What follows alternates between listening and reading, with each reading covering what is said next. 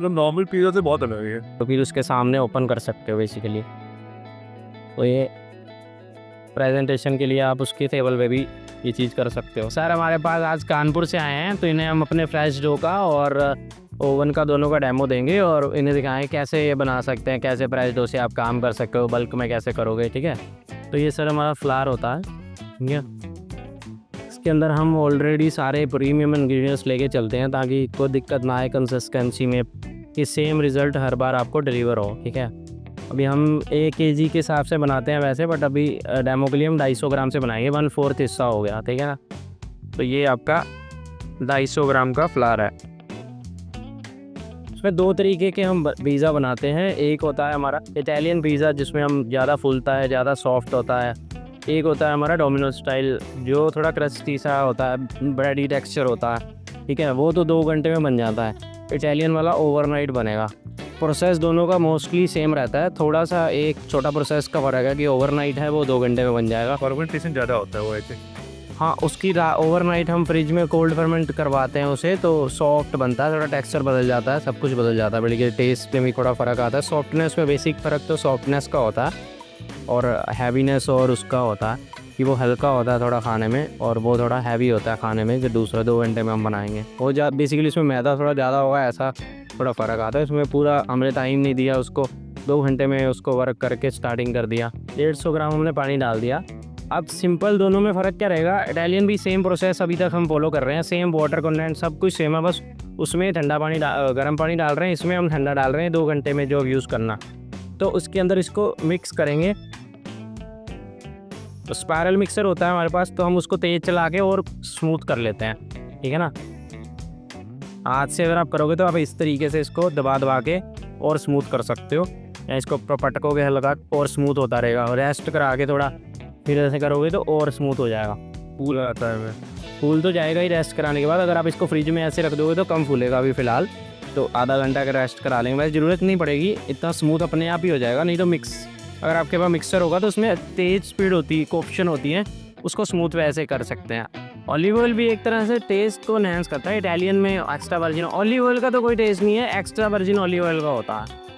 Olive oil का तो इतना कोई टेस्ट नहीं होता जो नॉर्मल ऑलिव ऑयल होता है, उसको तो नॉर्मल तेल यूज़ कर लो, वो कर लो, सेम बात ही है। बॉल ऑयल्स के हम इमीडिएटली बॉल्स में कन्वर्ट कर देते हैं इसको। ठीक है ना, अब ये वाटर कंटेंट काफ़ी हाई है अभी भी इसके अंदर, लेकिन फिर भी हम इससे बॉल बना पा रहे हैं। इटालियन में थोड़ा सा और वाटरी हो जाएगा, तो लेकिन इसकी जो बॉल बनाने का प्रोसेस है वो हमारा सेम रहेगा, इसलिए हमें दोनों में दिक्कत नहीं आती। इस तरीके से आपकी बॉल बन के रेडी हो जाएगी। वो नीचे से बंद भी कर सकते हो, तो यहाँ सीधा भी आप किसी कंटेनर में भी शिफ्ट कर सकते हो और अपने जो पिज़्ज़ा बॉक्सेस आते हैं उनमें भी शिफ्ट कर सकते हो। ये पिज़्ज़ा ट्रे के लिए इसलिए होता है कि आपके पास फ्रिज भी होना चाहिए ना, फिर जैसे वर्किंग टेबल के नीचे फ्रिज है, उसके अंदर डाल दिया, उसमें स्पेसिफिक टेम्परेचर है, ये मैंने 20 डिग्री टेम्परेचर कर रखा है। अब पता हमें 20 डिग्री से ना ऊपर जाएगा ना कम होगा, तो हमारी बॉल फर्मेंटेशन तो हो रही है लेकिन ओवर फर्मेंट नहीं होगी, वो 20 डिग्री के अंदर अंदर ही रहेगी। और यहाँ का टेम्परेचर बदल जाएगा, गर्मी के कारण 30 डिग्री पहुँच जाएगा, तो मेरी बॉल भी 30 डिग्री पहुँच जाएगी। तो वो एक तो ज़्यादा जल्दी तेज हो जाएगी फर्मेंट, और दूसरा वो ओवर फर्मेंट हो जाएगी। फिर मतलब उसको फिर उठाएंगे कैसे, उससे वर्क नहीं कर सकते, और उसकी दोबारा से बॉल बनानी पड़ेगी, वेस्टेज ज़्यादा होती है बेसिकली उनमें।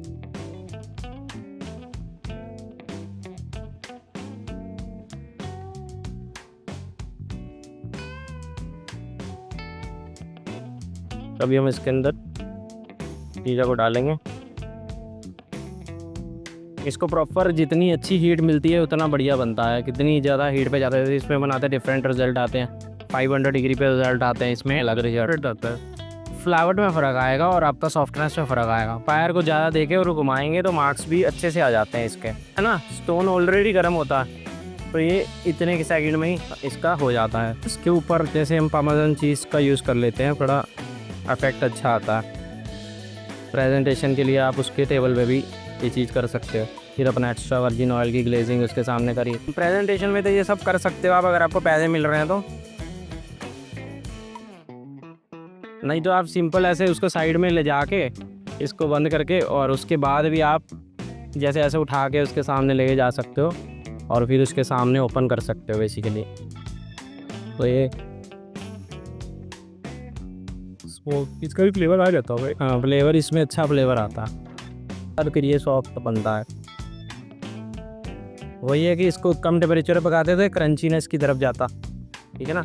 अब इसको और तरीके से भी इंक्रीज़ कर सकते हैं इसकी टेस्टिंग को, जैसे इसके ऊपर आप सॉसेज अलग अलग लगा सकते हो। ये जैसे हमारी बारबेक्यू है,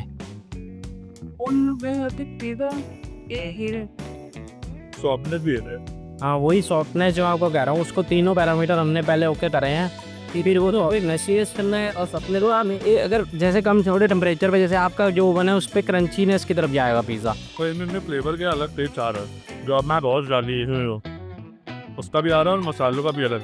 तो ये सारी चीज़ें मिलके ही आपका एक फाइनल जो भी आउटपुट आएगा वो बहुत स्ट्रॉन्ग निकल के आएगा। नॉर्मल पिज़्ज़ा से बहुत अलग है।